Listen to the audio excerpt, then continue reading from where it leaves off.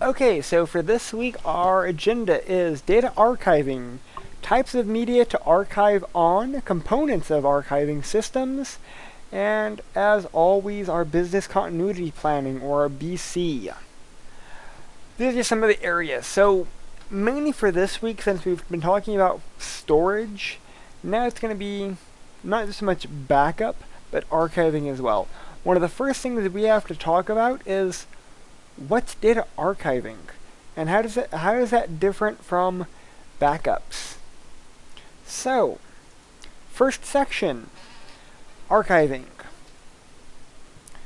Starting off right off the bat, what is it? One of the big things with archiving is a way to keep documentation long term. Not so much it's going to be current, like, used information. It could just be something that was useful yesterday that you want to be able to record, or any moment in time for us to review later. The two normal examples for early archiving is anything that we've been able to put on a permanent surface. So basically from the beginning of time, those have all been ways of data archiving. That includes photos on walls, caveman artwork, if you will. That way, it's a specific moment in time that may not be useful anymore, but it's documented some way, somehow.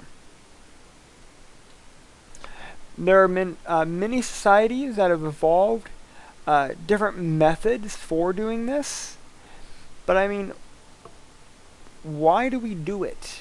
And that's actually the essence of our conversation today. Without these types of recorded thoughts, we wouldn't know about past. We wouldn't know about the past data handlings of that data, of that moment in time. So data archiving is a way for us to do snapshots in time for later review. In today's time, we do data archiving, so it could be as simple as audit procedures. I do real estate work with several realtors. We archive all of their past sales. We archive it for 7 years. That way, if a homeowner ever comes back in, or any person ever comes back in and says, oh, well, when we were discussing this deal, this is what was said. No. We have an archive. We keep all those past records. Even if we don't use them ever again, we keep them for 7 years minimum. That way, we can always refer back to them. So what types of media are normally used for archiving? It could be tapes, it could be discs, it could be optical storage, like a DVD, a Blu-ray. When it says discs, it could also mean like an external hard drive or a USB hard drive. It just kind of depends. One of the big things for current modern day archiving is, where's the data stored? On-site, off-site? How long do we have to keep it for? Do we have to keep it? Are there laws requiring it, or is it just industry best practice? What? Also, costs associated with maintaining the data. I worked for a college system where all of our hard copy records were sent to a storage facility on the outskirts of town. And if we ever needed them, we would go there, but most of the time, because of heat and animals, they'd destroy the paper. So even if we had to go back to that hard copy, we would get there and we wouldn't have anything, because mice and all the nice little bugs ate through all of it. So I mean, we have to talk about the cost associated with maintaining it. Long-term maintenance. Also, what about the laws that apply if you don't maintain them? For example, for the realtor's office, if we only kept them for 5 years, would that be okay? Happens to be in the state that I'm in, no. You have to maintain them for 7 years, period. Medical records, same thing, 7 years. Most records nowadays are keeping 7 years. So, what should be considered when archiving data? I mean, what exactly should we have to worry about? One of the first things is longevity. If we put it on a tape drive, is it going to last 7 years? If we stick it on a DVD, is it going to last the 7 years? So, what type of data are we going to be saving to those medias? Which is going to be the best media? How easily can the data be transferred or retrieved later if need be? Will future devices be able to read the data? If we go with all tape drives, are tape drives dying? Are we going to still be able to, in 5 years, get a tape drive reader? Where is the data or the archives going to be stored? What type of environment? One of the big ones also is, what should be recorded? Are there any laws? Are there any considerations for the important data? Those are all major things that have to be discussed. So, we keep talking about archiving, and it seems very similar to backup. But what is backup? Normally, archiving backup, many people use vice versa, though they are very different. Data is backed up so that they can be restored in the event of a failure or at a later point in time. Archiving is just a way to record data that may or may not be used later. Normally with archiving, it's there but not used later. It's only there if we needed to access it, not because of a failure. So again, if you're looking at data to be able to be recoverable because of a failure, that's a backup. If we're looking for data to be able to be recovered for review, that's going to be archiving. But what are some other major differences? One of the big ones is backups contain current information that on a moment notice can be used in production data. What I mean by that is, a backup could be a snapshot in time of current data being used. Normally, archiving does not take data that is being used in a production environment and record it in time. That's more of a backup. However, as time progresses, the backup data starts to lose their value. That's because that's a snapshot in time. If we take the snapshot in time right now, and in a year, that data may not be relevant. Or at the same time, that data may not have changed. At that time, we can start talking about how, if that starts transitioning, we can archive that data. That way it's not in our system, but it's archived. That way, if someone needed access to it, we can just restore the archive. Basically, with archiving, it's a way to save space. Other differences.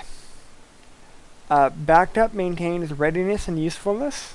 That means we are constantly updating our backups. Archives, we do not. It's just a snapshot in that time. It's not production data. It's just data in a specific time, and it's there. Backups are normally only intended to be placed in temporary storage. That means the backups don't normally go several years. Normally they go less than a year. Data archiving is a lot different. Archive serves a completely different purpose, and they preserve for a time period.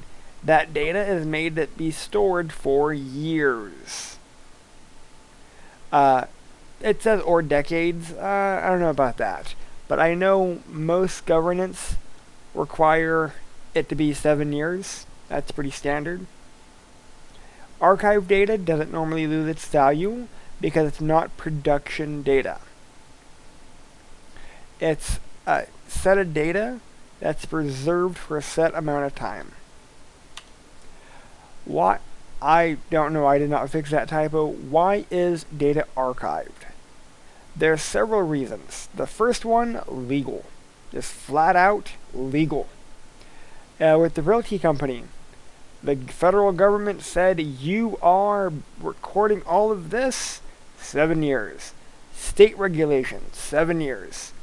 There are so many agencies that dictate how long you have to keep your data. IRS, great example. They have to hold all tax records, minimum 7 years. That doesn't mean that they go 7 years and they get rid of it. No, no. Minimum, they hold it 7 years. With the enactment of certain types of compliances like SOX, PCI, FERPA. Those are just a few of the compliances that dictate how long data must be archived. And what type of data? Invoices, payment postings. This is mainly dealing with SOX. Any type of accounting data. All of that has to be stored and be able to be presented to stakeholders if need be, or if requested. Could also be operational. Could be operational requirements that require certain types of data to be archived. With the Realty Office, yes, they were compliances that dictated it, but operational costs, just for protection. They would do a property sell or a parcel sell, and then they would archive the entire project. All of it would be put into a box, put in paper archives, and digitized. That way, if the person ever came back, they could pull out those archives and be like, oh, this is what was done, this is what was said, here's the complete file. But the problem with this is, we're talking proposals and contracts. This can be mass amounts of data, but that's kind of what has to happen sometimes. Projects. That's another big thing. Projects that could render generated data in the forms of, again, other accounting information. That may have to be archived. It just kind of depends on the situation. Your company, are there any compliances? Are there any legal ramifications? That's a big thing when it comes to data archiving. Although in the future these data will probably be infrequently accessed, you still have to have them just in case. For example, if you did a template for a proposal, what happens in the future if you have to do a similar proposal? Or, what happened if you did a proposal, it was turned down, and then someone else tried to using your proposal? If you don't have it archived, showing that it was yours to begin with, someone else may be able to steal it from you or not. Just kind of depends.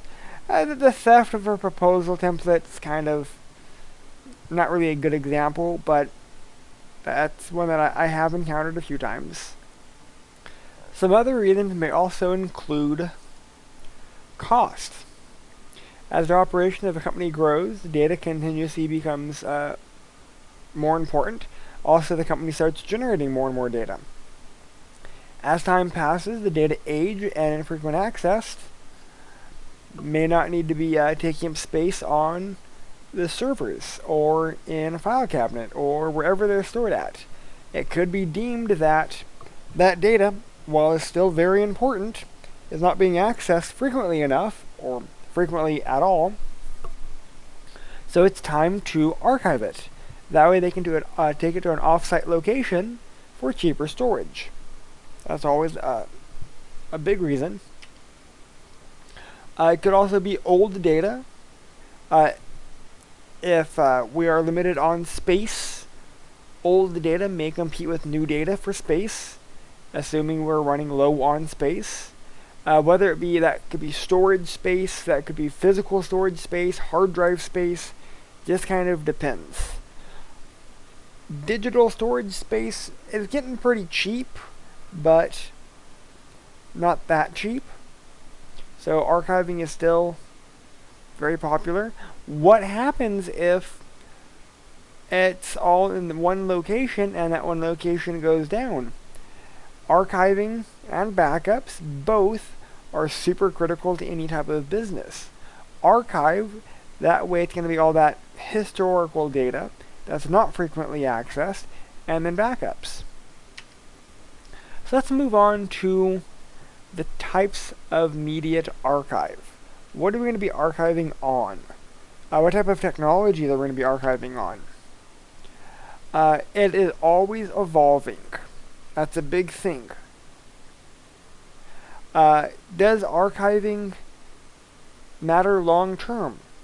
There's some projects that require our data to be archived for decades or more.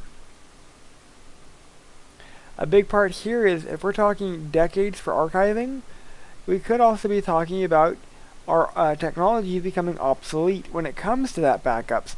For example, our tape drives. Our tape drives are still very common, and you can still find them. So what's the big issue if our technology becomes obsolete? One of the big things is if we're not able to read the data that we've archived, what good is it? If we archived it on Betamax tapes, 5 years ago, and we need it now, we would be SOL. We wouldn't be able to recover any of that data. So long-term costs, long-term technology thoughts, those are heavy considerations. There are 3 types of media that are viable for today's archiving needs. Normally that's going to be some type of hard disk, whether it be internal or external, a USB disk, really doesn't matter. Optical disks, DVDs, Blu-rays, or lastly, magnetic tapes. While if you've never been in industry, magnetic tapes may seem kind of old and just really old. Magnetic tapes really do last long amounts of time. For long-term data storage, magnetic tapes sometimes are a good solution. They're cheap and they hold vast amounts of data. They are, however, very slow to recover from. But, again, data quantity, they can hold vast amounts of data. Issues with optical disks. Well, they're plastic. They can get damaged very easily. So that's a consideration with optical disks. For hard disks, again, internal and external, they are susceptible to electrointerference or electromagnetism. So let's talk about hard drives. Some of the biggest subsystems are fast access, very fast access depending on the type of drive that you have, very large capacity, it's easy to scale if required. Hard disk subsystems are constantly in motion, wearing and tearing, reducing the life. So that is a consideration, is the wear and tear. These also consume vast amounts of energy. That energy then in turn increases operational costs over a period of time. Not necessarily a few years, but just time. Another big thing with our hard disks is what happens if we're doing one type of technology with disks right now are SSDs. They can only be read to and written from, or read from and written to so many times before the disk becomes very slow. Once that data is archived, cannot be changed. That's one of the laws. I know that's a big law here where I'm at. So there has to be a way to archive the data, verify it's not going to be changed, verify it has some integrity, verify it's going to be able to last X amount of time, still being able to be read from or recovered from if required. One of the major challenges which I have seen is archive management software and hardware solutions. These are just expensive tool sets that actually just try to help organizations manage their archives. Another big one is, what about audits? We say that we are going to archive X amount of data, or that we have archived that data. We have to be able to audit to verify that that data really was archived, that that data is there, it's recoverable, it's accessible when needed, or if it is needed. That's a big part of our audit. Next, optical media. It's very inexpensive. It maintains because it's an optical disk. It can be taken out. It can be written to. Some of the disks can hold upwards of 500, or sorry, not 500, but 50 to 60 gigs. I wish 500 gigs. Blu-rays. That's a big one. The disks can have long access times. We're talking, half a second or longer, maybe half a minute, depending on how much data there is. So trying to recover from a Blu-ray takes a little bit longer. Capacity more than makes up for it, though. Again, we've already talked about the likelihood of damage to those disks. Okay, that's another big thing. If there's a speck of dust, if there's a scratch on it, that data on that disk may then become unreadable. That's another consideration. But these disks are cheap enough where you could do multiple copies of the same archive, store them in different locations. That way, help mitigate the risk of all of the disks being damaged. Okay, if you write the same data to 3 separate disks, what is the likelihood that all 3 disks will be damaged? Lastly is taped. It's a magnetic tape. That's been a big one. It does a very large capacity. It is somewhat susceptible to electronic interference. It does have a very long shelf life. It is very slow, though. If we're trying to recover from a tape drive, it slow doesn't even begin to explain how slow it is. But again, large capacity. So if time is not a concern, tapes are a very good solution. Okay, so now that we talked about archives, we talked about archive media, let's move on to components of an archiving system. Normally when we talk about ERPs, Enterprise Resource Plans, we have to define a few things. And a big part of that is what type of system or application is going to be used for archiving mass amounts of data. Because, again, we're assuming that this is going to implement some type of document management system, or DMS.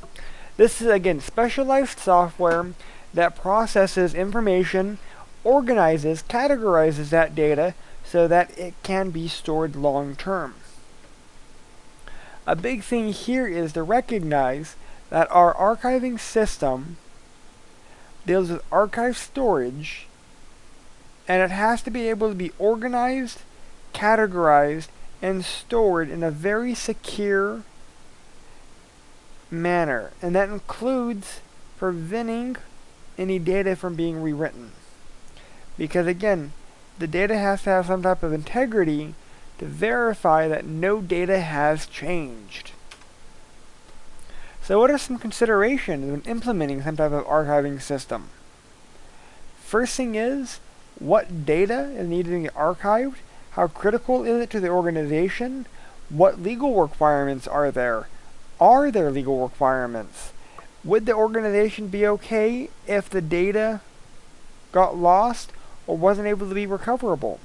Those are all major considerations when talking about archived systems.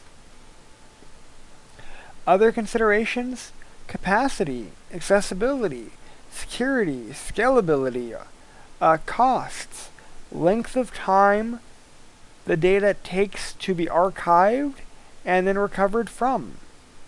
Those are all major characteristics. Some people may not go, well, data archiving, we can just set it to run and walk away. While that is one type of solution, that's just one type of solution. That doesn't mean that that's going to be the best or the one that your organization is going to have to deal with. Length of time does matter for certain organizations. So that's a consideration that should be brought up. How easy can it scale?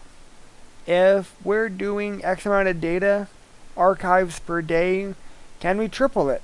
Can we add more capacity, or could we add faster ability?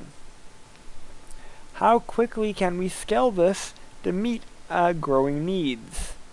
What about capacity?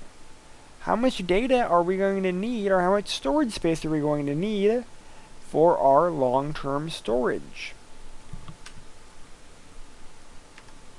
So first and foremost, when we start talking about costs, 30% of the overall cost system, or the archiving system's cost, will be just the initial implementation. And that's going to be the software, the hardware, everything that you need just to get started. The rest of it, the rest of the other 70%, is going to be the operational throughout its life.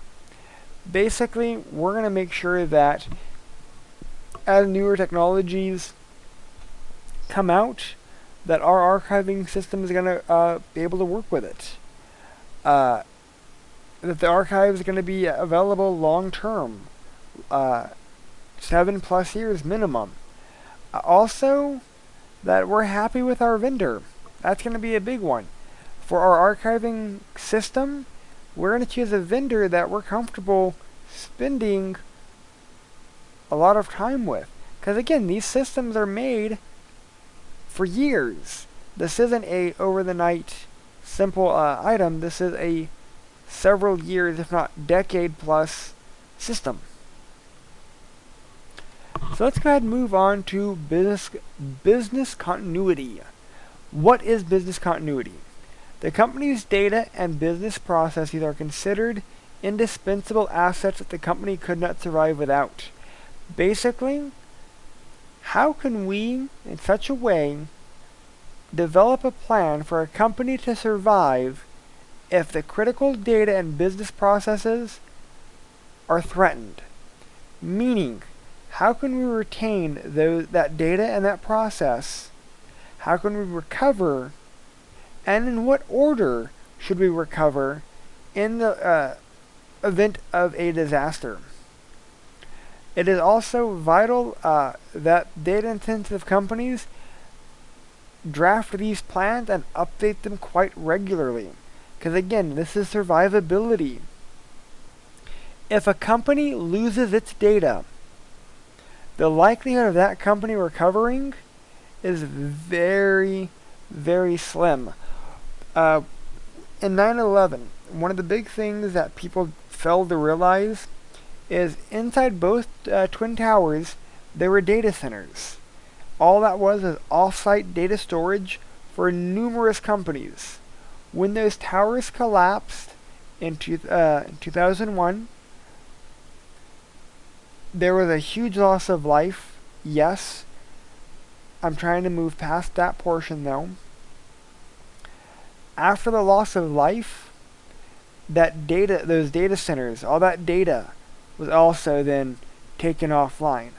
That was hundreds of small business or medium businesses that had their data there that were also 100% taken out. Even though they physically were not there at that location, their data was.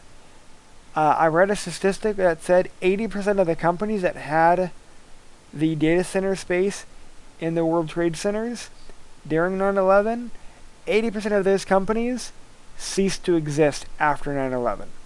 They were never able to recover or recoup the loss from all that data loss. They didn't have a strong business continuity plan. And that's a big thing. Most organizations that do not have a BC, what ended up happening is they don't know how to recover. And if an event happens, and so most of the time they end up closing. And what I mean by most, that's like 70+% of organizations that do not have a plan fell. So how do we develop a plan?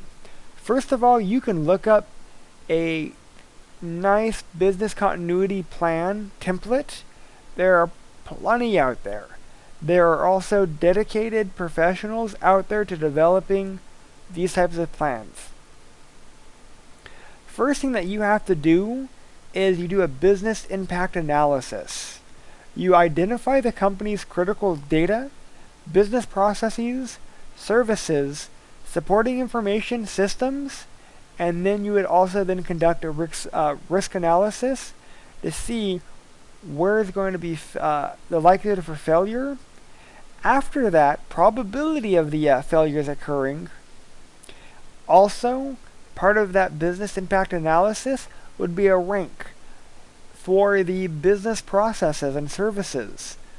If a failure occurred, which process or which service would have to be brought back up first? Which one is the most critical for the business returning back to operational status? All of this is done after a business impact analysis, BIA. That gives you all the information you need to build your business continuity plan. Part of that, again, after the plan, you conduct a risk analysis so you can see possible risks of failure and probability of those risks actually happening. The reason I said that several times, this is important.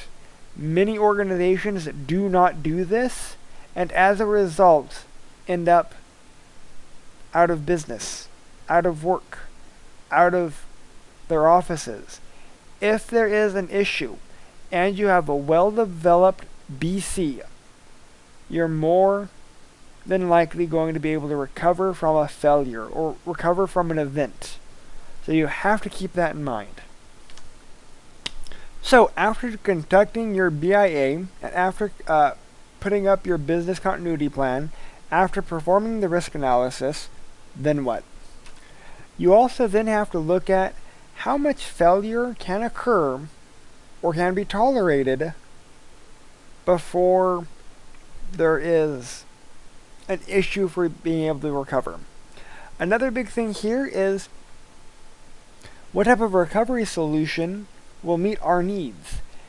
Again, all part of the business continuity plan. If event A happens, how do we recover? If event B happens, how do we recover? And all of that is the combination of your BIA, BC, and risk analysis. That way, if you see that you live in an area where tornadoes are a strong possibility, so your risk analysis shows the likelihood of this event happening is very high, you would actually then prepare a business continuity subsection of your plan in the event of a tornado. This is our plan. That way, if that event ever did happen, you would have a plan, you'd have a proposed solution for recovery. That way, that event happens, you're able to recover and move forward without missing a beat. A big part of this also is testing and implementing your plan, and it's going to be a continual test. It's not let's do it once every 5 years. It's going to be, okay, last year we did this. Let's upgrade our plan. Let's update our plan. What phone records are we going to use? For example, let's say there is a tornado. Before we all get to an office, what happens? Part of that recovery system could also then be a calling tree. Oh, if a tornado hits the main building, we're going to have one of these 3 people, or all 3 people, initiate the calling tree. That would all be documented within inside your business continuity plan, and that would then allow you to outline, okay, head of operations will start calling X amount of people. This group will start calling X amount of people. That way they know, okay, the facility's been hit, we're not going into work today, we're meeting up here. You can start the recovery process. But if you don't update it, those phone trees may get out of date, phone numbers may change, staff may change. So that's an important part for updating your plan. Also, maybe your risk analysis may change depending on the function of, or the time of year. What about if tornadoes are very likely? Could we have an off-site location? Could we have a hot site, a warm site, or a cold site? Some type of separate location. That way, if our main building is hit, we know, okay, once we get the call that says, hey, our building is down, we know, okay, let's go ahead and meet at our backup location we can start setting up and performing our operational duties at that location. Those are normally called sites, off-sites. There should normally be 3 types: a hot site, which is a full backup location. There could be a warm site, which is a partial location. It will have computers, it may have data, probably in backed up form. With a little bit of work, it'll become operational. Or a cold site. The cold site is, you could have a bunch of computers there in boxes, tables that are in boxes, everything that you need in boxes, not ready to go, but within a certain amount of time, you could make it ready. If no money is an object, again, the sites are always a viable solution. The reason I say that is because some of the sites can get very expensive.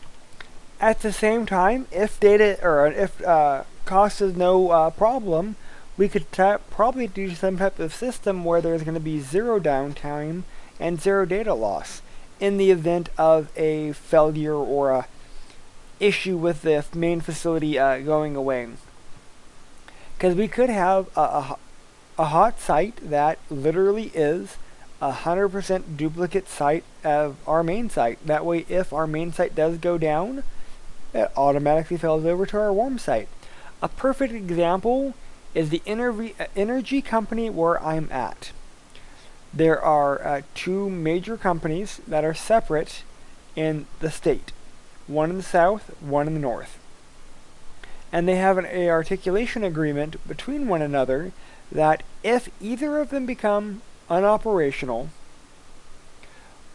automatically all controls will fail over to the other company. They're both owned by the same parent company, so that's been a big plus. But that way, if the south is hit and the power management stations go down, all control of all power plants are automatically sent over up north. If up north is hit, the south takes over. But that way, if any one location is hit, it doesn't impact them. The companies can still be operational.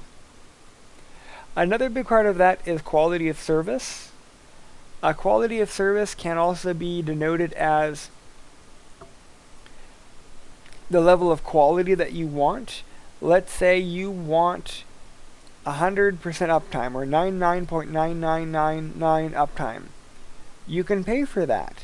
That's in terms of backup and power in most services.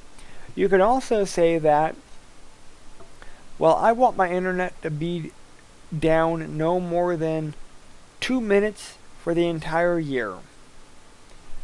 You can pay for an agreement of that. That would be a quality of service agreement.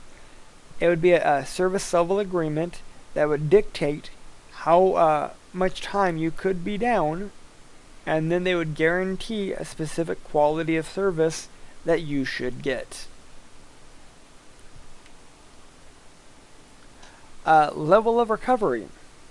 Once you actually establish your SLA and your QoS expectations, how long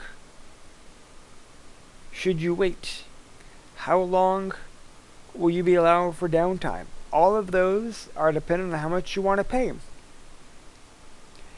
If you assess that you can tolerate a 2-3 hour downtime, then you'd make sure that your downtime will be equivalent.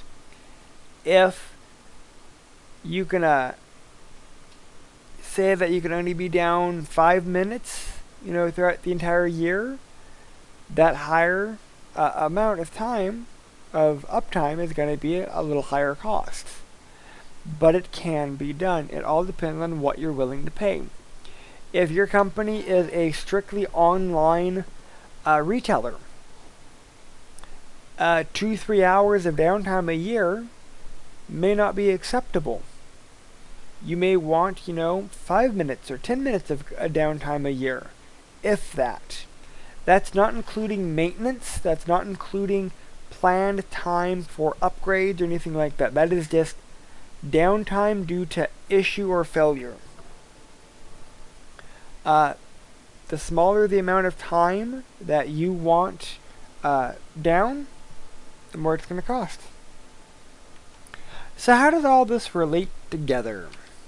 So within our quality of service, or our baseline, or our service level agreement comes into play, how do we then correspond it to our archiving system?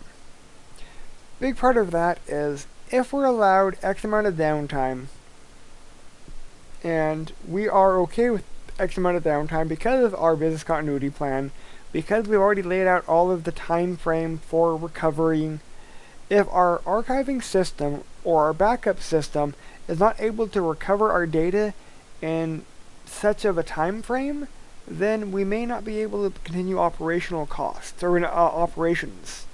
Meaning, if we say that in the event of a failure, we can be down 2 hours.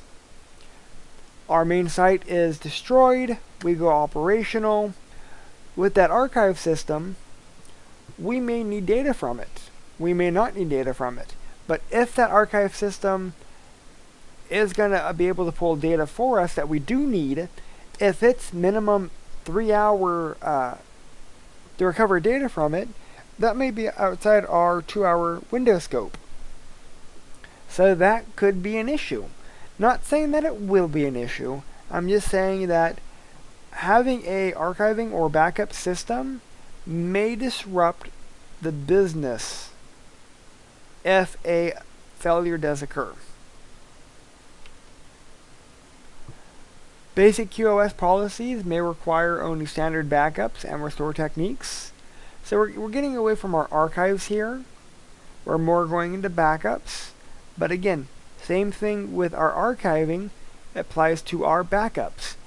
If in a failure something happens, how quickly can we recover those files if need be? Because again, if a failure hits and we're at another location within, 20-30 minutes, how long do we have to wait to have our operational data before we can, again, as an organization, become operational again? And all of that's tied back specifically to how long it takes our backups to be restored. Also, we have to also include some type of what if there is a restore issue. So build in some flexible time with that too. If we're establishing some type of high availability or high QoS, we should also try to implement some type of high availability. Basically, we're going to make it so that there is not a single point of failure. We're going to make it so that there is no one system that can go down and not be back up and running. For example, it could be servers. Is there one server, or is there going to be multiple servers hosting the same information at different locations? That way, if a system goes down, it doesn't matter. We have backup systems there just in case. So now, let's get into our business continuity planning. Again, one of the big things that I've already talked about is our business impact analysis. That's the first thing that we do because we build everything off of that. And that's going to be what systems are there, what services are there, what rank is there. That way, if a disaster happens, what do we do first? If you're able to do a business impact analysis, you'll be able to quickly determine, okay, email, that may be the second most important part. Phones may be the fifth most important part. But if we do not actually conduct our business impact analysis, you go on site, you may start going, oh, well, we need to get phones back up. Phones aren't that critical in that scenario. We ranked them fifth. Email could be more important. It just kind of depends on your organization and their dynamics. If you're a web hosting company, it could be that the most important thing before phones is getting servers back online. It just kind of, again, depends on your organization. All of that matters. Again, part of our disaster recovery plan, so that's a whole new, that's a DRP, which that is also building on our business continuity plan. You have to love the acronyms this week. We've talked about a business impact analysis. We've talked about a BC. We've talked about a ERP. We've talked about a disaster recovery plan slightly. We've talked about a risk analysis. All of this is fun risk management. And I understand this isn't a risk management course, but this is all critical when it comes to storage, virtualization, management, MIS, security, availability. This is important across the board.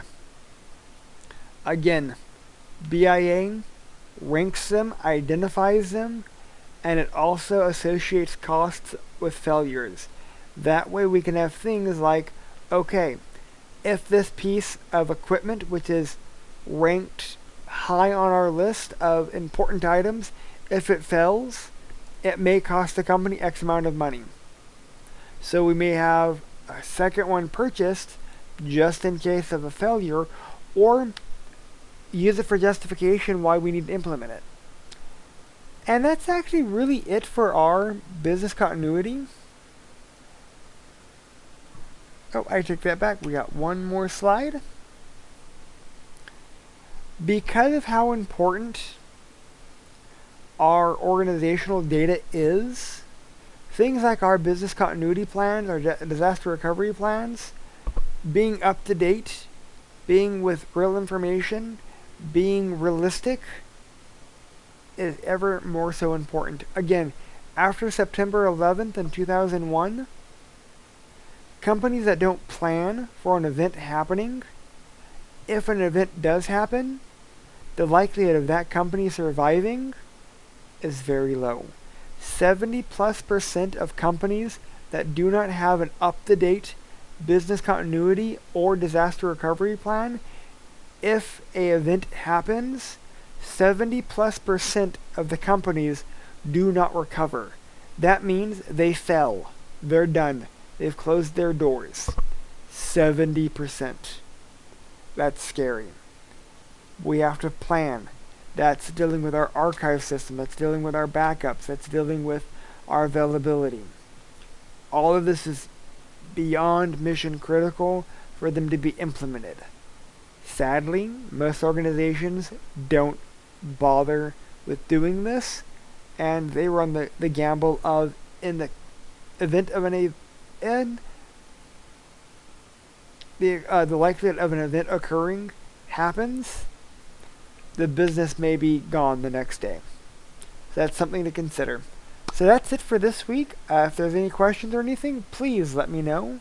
I hope you have a great night. Thanks. Bye. Okay, so I wanted to discuss some follow-up items. One of the first things is our APA formatting and citation. That goes for both our IPs and our discussions. Remember that we have to do all of our work according to the APA manual. So if you're not sure how to do that, go online. You can type in APA formatting. If you don't want to look it up online, you can go to any of the tutorial services. We have a writing, we have a library service. They can give you additional resources on how to do APA formatting. That's important. That's not going away. In discussions, same thing. We have to be doing our citations in our discussions, because one of the big things is, for our citations, we're building off of other people's works. So it's a way for us to verify what we're claiming is supported by the literature. So when I say something at the sky is blue, you can take my word for it, or if I provide a citation, you can take an expert's word for it, and then I build off of that. So it just kind of increases your credibility. We should be at least citing in every post or as much as possible. Because again, we're trying to link what we've done back to the literature. Same thing in our IPs. Every paragraph should be tied to a source. Every paragraph is an idea. And every idea we need to have support within the literature. And I know at this level it's not that big of an issue, but you want to get in the habit of doing that so when you start doing higher level work, it's second nature. Also, length. We don't need posts that are great job. I mean, don't get me wrong, it does add to it, but when I start grading for posts, I'm not doing full credit for those that have 3 posts and 2 of them are great jobs. I don't count the great jobs as a post.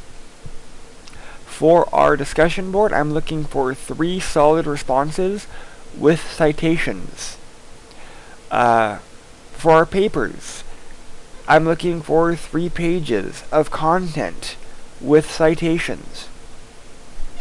So what I mean by content is that's 3 papers on topic.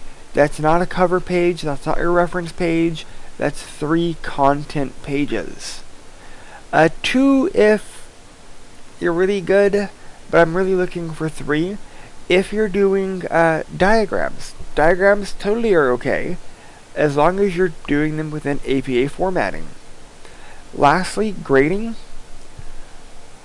Again, I grade heavily off of attempt, like if you're putting an effort into it. Like if you did 2 pages and you did a few citations, and I could see that you were making an effort, I'll meet you. But if you post once, or you did a page and a half with 1 citation, that really isn't you making an effort. If you get stuck, don't get me wrong, some people a page is a lot. If you get stuck, you have plenty of resources to bolster up your paper. You can contact me, I'll help you. If you don't want to contact me, we have a writing center, we have a tutorial center, we have plenty of help for you to get. If you need tutoring, there's a lot of tutoring out there. And again, provided from the school. All you have to do is say something. For our tutorial lab, we have tutorial services for SQL, we have tutorial services for database, we have tutorial services for math, English, writing, research, library services. I mean, we have a great amount of tutorial services. And if we don't offer tutoring in a specific area, you can ask for it specifically, and they will find tutors for you. So you cannot get tutoring because you can. If you ask for help, the school will get it. If you cannot get it from the school, there's other help. I will sit down with you. I will do as much as I can with you if you need one-on-one. If you need tutoring and you don't get tutoring, that's not a failure on my part. That's not a failure on the school's part. That's only a failure on your part, because there's plenty of opportunities there. You have my number, you have my email, you have 2 emails from me, you have my cell phone number, you have plenty of ways to get a hold of me if you need help. And again, if you don't capitalize on help and you need help, that's on you. Because there's plenty of help out there. All you have to do is say something. Thank you.